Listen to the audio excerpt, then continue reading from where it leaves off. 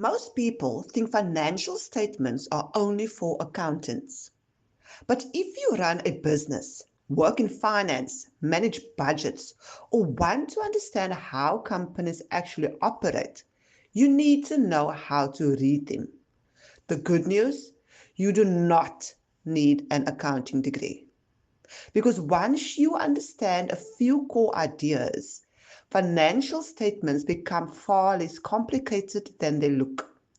In this video, I'll show you the three main UK financial statements, what each one actually tells you, and how they all connect together. Every UK limited company produces financial statements. Banks uses them, investors uses them, HMRC uses them, and business owners use them to make decisions. But many people open a financial report, see pages of numbers, and immediately feel overwhelmed. The reality is that financial statements are simply telling the story of a business. How much money came in, how much went out, what the company owns, what it owes, and whether the business actually has cash available. The first statement is the income statement. In the UK, it's often called the profit and loss account. This measures profitability over a specific period of time. At the top, you'll usually see revenue or turnover.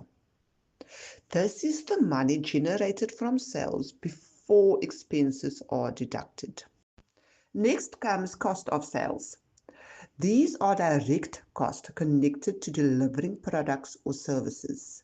Things like materials, subcontractors, manufacturing costs, software delivery costs. Once those direct costs are removed, you are left with gross profit. This tells you how efficiently the business delivers its products or services. Then come operating expenses, things like salaries, rent, insurance, marketing, office costs, and admin expenses even. After all expenses are deducted, you reach net profit. This is the bottom line. It shows whether the business actually made money during the period. So in simple terms, the income statement measures profitability over time. The second statement is the balance sheet. This measures the financial position of a business at a single point in time. First are assets.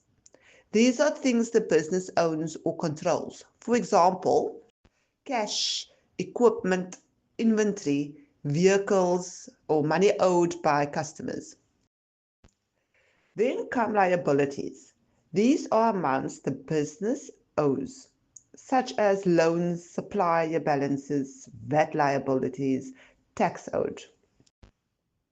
What's left after liabilities are deducted becomes equity. This represents the owner's value in the business. So the key formula behind every balance sheet is assets equals liabilities plus equity.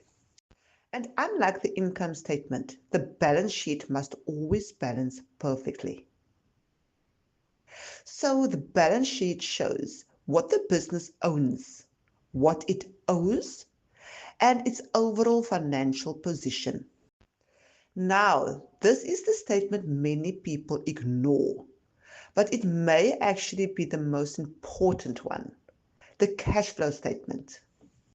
A business can be profitable and still run out of cash, because profit and cash are not the same thing. The cash flow statement tracks the movement of cash through the business, usually through three sections: operating activities, investing activities, and financing activities. Operating activities show whether the business's operations actually generate cash.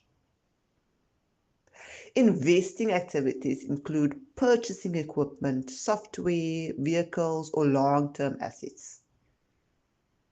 Financing activities include loans, repayments, dividends, or external investment.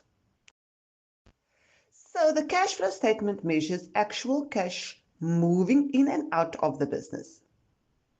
Now here's the important part most beginners never get taught.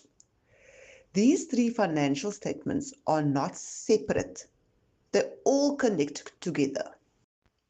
First, net profit usually increases retained earnings on the balance sheet.